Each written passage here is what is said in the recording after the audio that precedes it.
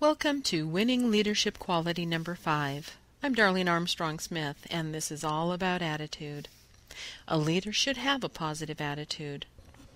Show me a leader who rejects every suggestion his team gives because he's afraid they cannot make it, and I will show you someone who is not fit to be a leader. Let me quote John Maxwell on how he views positive attitude. In his book, Developing the Leaders Around You, he says, "A positive attitude is one of the most valuable assets a person can have in life. It can help you achieve things that may seem impossible to happen. As a leader, you will need more than a miracle to make certain things happen.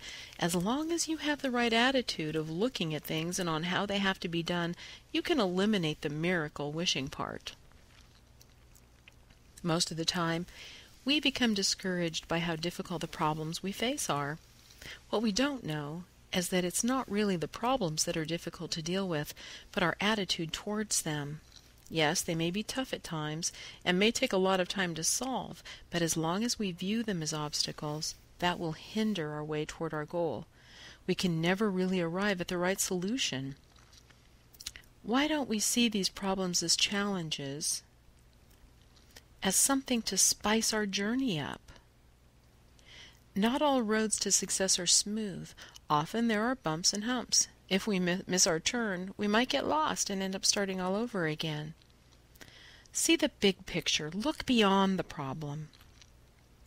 A positive leader will not dwell on a difficult situation and be discouraged by it, but will believe that he can and he ought to surpass it in order to reach his goals.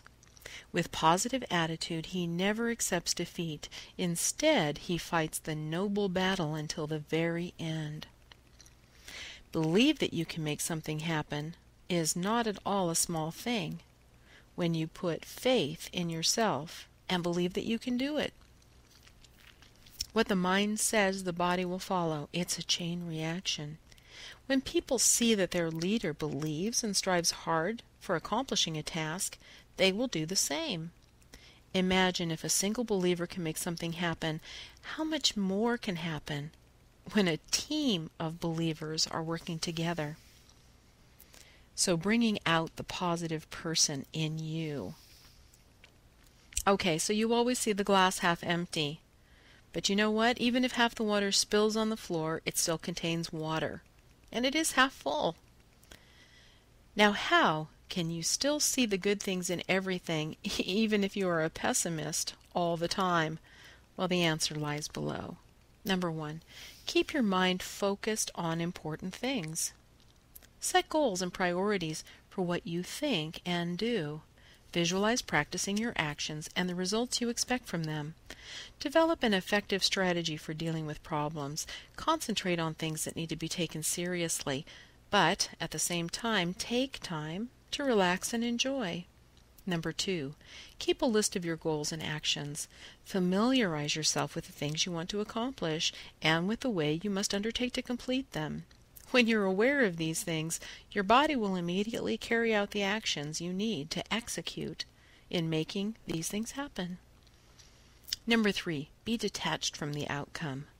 Life is often compared to a Ferris wheel or a ball or anything that is round because of the fact that sometimes we're on top and sometimes we're at the bottom. This only means that there will be times in our lives when some things would not turn out according to what we want them to be. Nevertheless, face them. Don't be annoyed if you don't get just what you desire. Don't be discouraged. Don't become too attached to the probable result, but just do your best in everything. Number 4, balance your desires. We live in a place of opposites and differences, happiness and sadness, pleasure and pain, tears and laughter, love and hate. This is how the cycle of life goes. We can never have all the good things in life at the same time. In wealth, there will always be people who will not be fortunate enough. Measure and moderation is the primary key. Number 5, be realistic. Make sure that what you want is something possible. Hoping for something to happen which would never really materialize in real life will only bring you disappointment. Success cannot be gained overnight. but it can be gained no matter what. Believe and have faith. Number 6, associate with positive people. In classrooms, workplaces, or simply anywhere you go where there are groups of people, look for optimistic ones. Associate, hang out, and discuss matters with them. They can help you build self-confidence and self-esteem. Number 7, ask questions. Asking or seeking for guidance can bring no harm. It doesn't equate to dumbness or ignorance. Rather, it's associated with seeking more information and understanding matters clearly, which is good for you as a leader since you need to learn more things in guiding your people. Remember, with more knowledge, there is also more power. Number 8, count your blessings. Focus on what you have rather than what you don't have.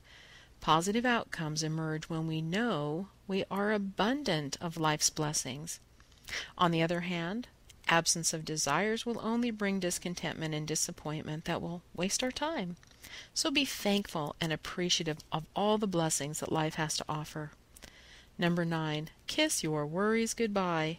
At the end of every day before going to sleep, there is no need to keep bad experiences and unhappy moments that had happened during the day. Let them go. Throw them out the window and kiss them goodbye. Dream sweetly. As a new day unfolds, new hope arises. Keep believing. This is Darlene Armstrong-Smith. I'll see you at the top.